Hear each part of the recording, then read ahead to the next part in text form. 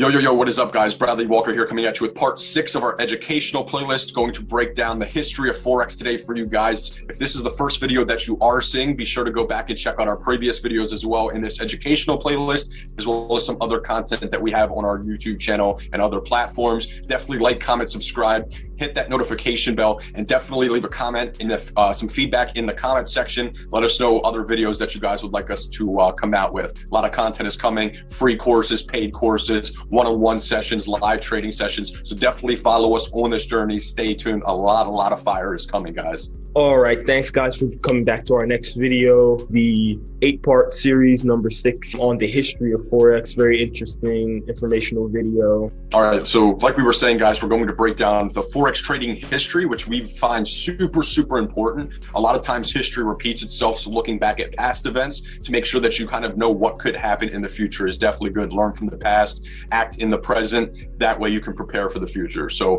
Forex trading is essentially the trading of fiat currencies. We've touched on this a little bit in our previous video. What is the Forex pair? So go back, check out previous videos to get a little bit better understanding of that. But it is essentially the exchanging of different currencies, which is thought to be centuries old. You know, the barter system, people exchanging minerals, people exchanging goods for goods, and then eventually gold coins, things like that coming out that people started to use. And eventually they came out and decided that the US dollar was going to be backed by gold. That way people had this little exchange node that they could then exchange for gold. So it's been going on for thousands and thousands of years. It basically came to public accessibility, I would say around like 1996, when one of the first Forex brokerages was opened up. Yeah, so with technology now, guys, Forex has become more accessible than ever. If you have an internet connection, if you have a phone, laptop, tablet, anything along those lines, you have access to trade the foreign exchange markets in real time and profit from the movements in the exchange rates. So we're going to be breaking down the history of Forex a little bit, go over certain key events like Bretton Woods and the gold standard, and give you guys a lot more insight on the history behind this global, massive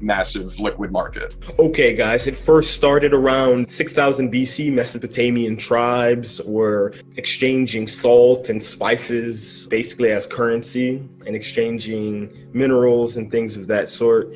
So there's always been this foreign exchange, or just exchange of currencies. It was just different currencies at the time. All right, so like someone was saying, guys, this has been going on for a very long time. Mesopotamian tribes would be exchanging different goods and things in exchange for other goods, livestock, things of that nature. And around the 6th century BC, the first gold coin came about and was produced. People liked them because they were more portable, they were more durable, more divisible. All right, guys, so breaking down Bretton Woods, I would say this is one of the most and first major transformation periods within the foreign exchange markets. It was right at the end of World War II, and a lot of countries like United States, Great Britain, and France had met up. Basically, we're trying to figure out a way to help restabilize currencies. So like I was saying, guys, a lot of the European countries and other countries were in shambles at this time. After World War II, the US dollar was basically vaulted from a failed currency after the stock market crash of 1929, basically backed as a benchmark currency by which basically every other country was going to compare their currencies as a backing with the US dollar. All right, so the Bretton Woods Accord was established to create basically a more stable environment by which global economies could kind of restore themselves after World War II. What they basically did to attempt this, they created what's called an adjustable pegged foreign exchange rate policy. Basically what that means is that a currency is fixed to another currency. So in this case, the US dollar was going to be pegged or attached or backed by these foreign currencies, which the US dollar was then backed by gold, because the United States at the time had the most gold reserves in the entire world. So it eventually failed to peg gold to the US dollar because there was not enough gold to back the amount of US dollars that were actually in circulation, that were actually being printed at the time. So in 1971, President Nixon basically ended Bretton Woods and decided that they were going to go into what's called a free floating dollar against other foreign exchange currencies. That was pretty much the end of the gold standard, which there's a lot of economists who agree with and some don't agree with ending the gold standard. If it's not backed by anything, what actual value can it possibly have? They continue to print more money. We see a lot of that happening today. So since it's not backed by anything, what true value does the US dollar have? And that's one of the things we like so much about Forex and investing in general, is you're actually having something that is backing your money. If you're investing in real estate, you have a house or a property to back that US dollar. Otherwise, the US dollar has nothing to back it. It's essentially worthless. And as they print more and more money, it's just going to get more and more worthless. So put your money to work, guys.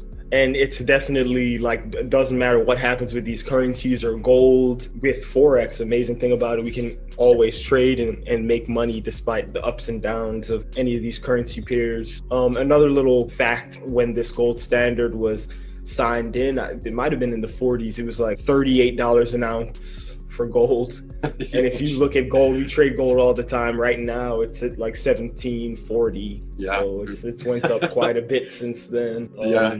Talking about an ROI. The next thing that happened was the Plaza Accord. It was pretty much finance ministers from major countries, France, Germany, Japan, the UK, the US, meet to agree depreciating the dollar. Okay, they basically depreciated the US dollar just so it could be basically at a fair level with other currencies. And at this point, a lot of traders or people who are into foreign exchange realized there's a lot of opportunity for money at this point. In 1992, basically the euro formed in the Eurozone. And like Brad said earlier, by 96, it was the first retail Forex brokers opened up online. So pretty much since then, it's been people trading online, and now it's like 5 trillion a day traded. Kind of just a brief history there. So a lot of these treaties basically led to the founding of the EU, which then led to them coming out with the euro currency. And basically what these treaties were designed to do, they were amended several times, but basically the formation of the euro gave exchange banks and businesses the benefit of basically removing exchange risk in an ever volatile and changing global market and economy. So people would pretty much have the dollar and the euro. So that's why that's the biggest currency pair, really. Euro USD makes sense. It's the two like strongest currencies. And definitely, like we said, with an internet connection, with technology coming out now, guys, foreign exchange trading is more accessible than ever. You used to, basically, if you wanted to trade Forex and do what we're doing today in the Forex trading, you would have to go to an exchange rate office, either at an airport in a foreign country or in the US. Go to this exchange office, take your US dollars, exchange them for euros there, and then wait for the value of the euro to rise. So that way you can exchange that in place for more US dollars. But now with access to technology, internet, phones, laptops, PCs, now it's more accessible than ever for people to make money in this markets. Again, this was just a brief history, but it's good to know what's happened in the past. That way you can help predict what could possibly be happening in the future. A lot of times humans do not learn from their mistakes, so history tends to repeat itself. Yeah, for sure. Lastly, guys, also we do have this free course that we have this YouTube playlist just to give you guys a taste, just simple basics. But our free course goes into a little bit more detail and shows you guys exactly how to trade our free signals. So we have our free course and our free signals. So please go and sign up to both of those. We do have paid courses and paid signals that are for people who really want to start making money in this and maybe even going full-time eventually, or people who already have businesses and have income to invest. You can truly benefit. Evan was saying, guys, we definitely have a lot of content coming, free signals, free courses. You can profit. Obviously, past results are not indicative of future results. You're trading at your own risk when you are joining our groups or trading in the financial markets on your own. But think of it like this. You're essentially hiring us to do all of the legwork, to look at all of the news events that are going on, to do technical analysis, to basically identify entry points, exit points in the financial markets, so that way you don't have to. So think of it like that. You're paying us to hire us to do all of the hard work, and you're simply reaping the rewards of doing so. But yeah, we definitely appreciate you guys tuning into this. We have 2 more parts coming out in this 8-part series, so definitely stay tuned. Like, comment, subscribe, leave any feedback in the description below. Definitely check out a lot of the links and stuff we have in the description for recommended brokerages, training courses, our Discord group where we're giving out signals,